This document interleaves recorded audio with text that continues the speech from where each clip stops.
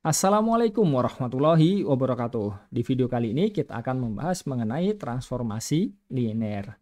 Nah, apa itu transformasi linear? Nah, kalau kita ingat-ingat lagi ya ketika belajar tentang teori grup, itu kan ada yang namanya homomorfisme grup. Jadi kita punya suatu pemetaan yang memetakan dari satu grup ke grup yang satunya ya. Terserah bisa sama bisa tidak. Tetapi ada satu sifat spesial di situ, yaitu mengawetkan operasi. Nah, ini kurang lebih idenya sama.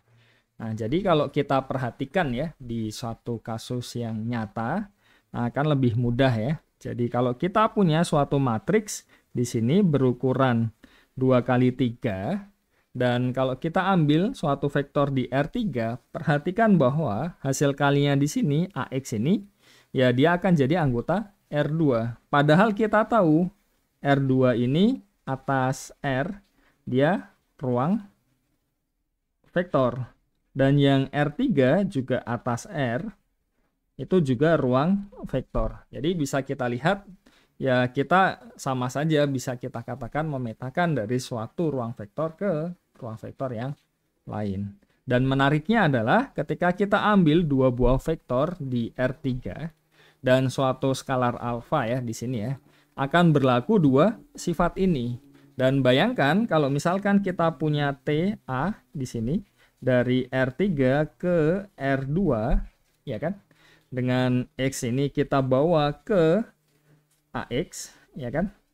Nah, kita bisa melihat yang sisi kiri ini sebagai T dari X plus Y kan. Yang kanan apa? TX plus TY. Oke. Nah, ini sangat jelas sekali. Dan yang kedua adalah kita punya di sini T alpha X.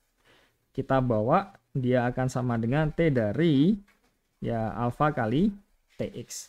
Nah, dua sifat ini yang akan kita pakai nanti untuk menggeneralisasinya kan. Jadi, ini adalah sifat yang sangat menarik sekali dan kasusnya ya mirip seperti yang di teori grup.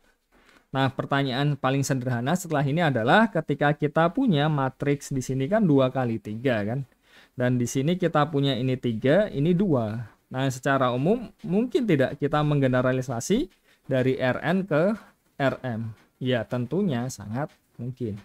Tapi sebelum itu kita masuk dulu ke definisi ya. Jadi definisi ini ya terinspirasi dari kasus yang sudah kita bahas di awal tadi ya.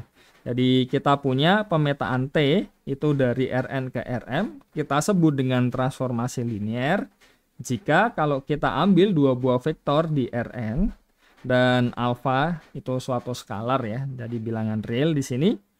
Nah, berlaku dua sifat ini tadi dan perhatikan ini ya, ini ya.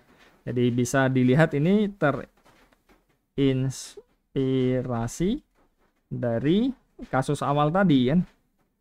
Jadi menariknya di situ. Dan secara umum, nah kalau kita buat suatu matriks ukurannya M kali N dengan cara yang sama seperti yang di depan ini tadi, nah kita bisa membuat pemetaan di sini TX ini dibawa ke AX, di mana X-nya di sini ini ya anggota, jadi X-nya itu anggota Rn ya kan.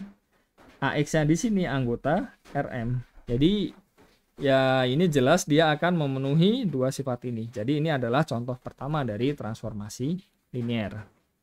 Nah, sekian saja untuk video kali ini. Semoga dapat memberikan gambaran ya kenapa kok kita punya suatu definisi. Dan ya khususnya di sini kita punya definisi dari suatu transformasi linear. Dan kasusnya masih ini ya. Jadi di Rn dan ruang vektornya Rn atas R ya.